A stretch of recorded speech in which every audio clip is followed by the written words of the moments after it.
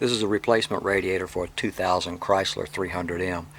It's a very difficult or time-consuming install. You have to remove so many things to get to the radiator. So here's what you have to do to get to the radiator. You have to take this plastic shroud off, then this upper radiator cross brace, so that you can take the fans out. Then you can disconnect the front shroud and pull it forward so that you can take the headlights out, so that you can get to the bolts in the side of the radiator, the mounting bolts in the side and the back of the radiator. I bought this one online, installed it, and then discovered a leak in it. It's leaking at the tank right here. There's a seam right in here. Nothing in my installation process could have caused this leak right here. It had to be defective from the factory. It didn't come that neat anyway. It's a little bit beat up, it looks, but I felt like it was safe to put it in. And then of course discovered that. So I'll test the next one before I put it in. But anyway, here's how I proved this one was leaking at the seam. It's just a regular sink stopper. I drilled a little hole in there for my air gun. It doesn't fit tight. That's why I taped it up. Got the same thing on the other end. I took these plugs and plugged the inlet and the outlet. There's a little hole drilled in this one, and I'd stick my air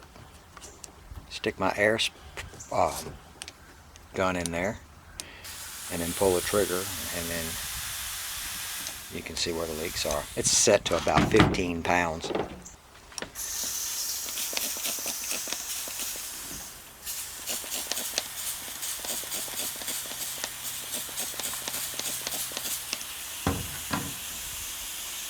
There's the leak right there.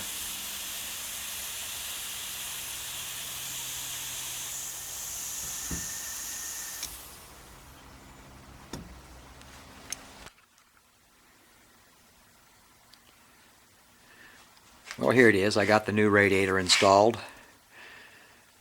I started the car up and let it run and warm up, looking for leaks in my hoses and in my hydraulic connectors.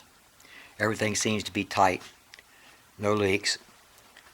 I did have an air pocket though. I do have an air pocket in the engine, which means that there's air trapped in there and the water won't flow through the heater core. So I'm not getting any heat out of the heater core. So I have to bleed the system of the air in order to get water to flow through the heater core. On this engine there's a bleeder valve, exactly like a brake bleeder valve right there. So what I did was attach this bleed system just like you would a brake bleed system. So just like you'd put pressure on the brake pedal to push the fluid through the brake lines and out the bleeder valve, I'm going to do that with air pressure. So once again I got my sink stopper and plugged it into the reservoir opening. I clamped off the overflow tube to keep the air from blowing down the overflow tube.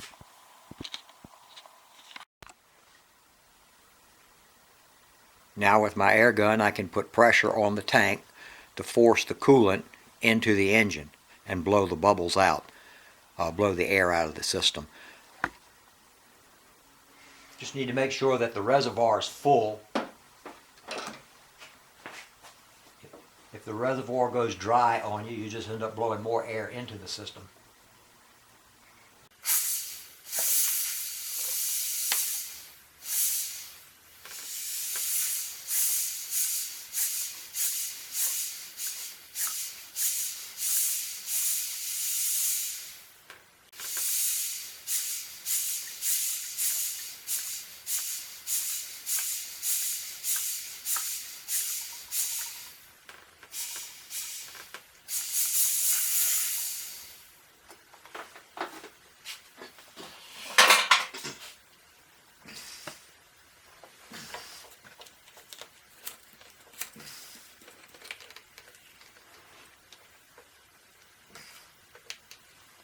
Again, I'm only using about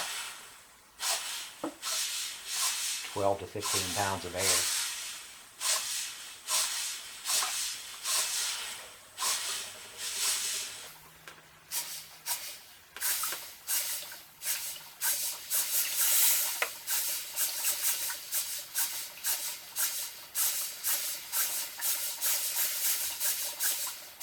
Once it starts flowing just water with no bubbles, you know you got all the air out. Very few bubbles coming out now. It ought to self-bleed the rest of the way. So I'll crank it up and test it.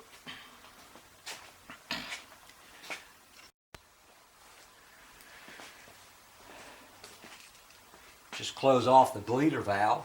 Might lose a little bit of fluid here.